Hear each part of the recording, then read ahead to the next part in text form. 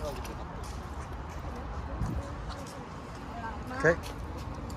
Welcome to Shuttle. Today we are at the world headquarters of Microsoft and one of the most influential tech companies in history.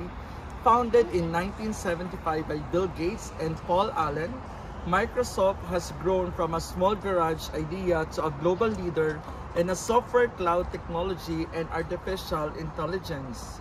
The Microsoft campus here at Redmond, just outside Seattle, feels like a city of innovation, spanning over 500 acres with offices, research centers, and even its own shopping and dining area. So huge.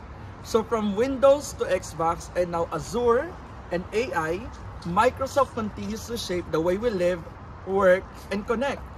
Visiting here gives you a glimpse of where technology meets the future. This is Microsoft Shuttle, where ideas today become the technology of tomorrow. So what are you waiting for? Come and join us next time only here at Microsoft Shuttle. And remember everyone, it's always possible to travel around the world only through the power of God. See you everyone. Bye.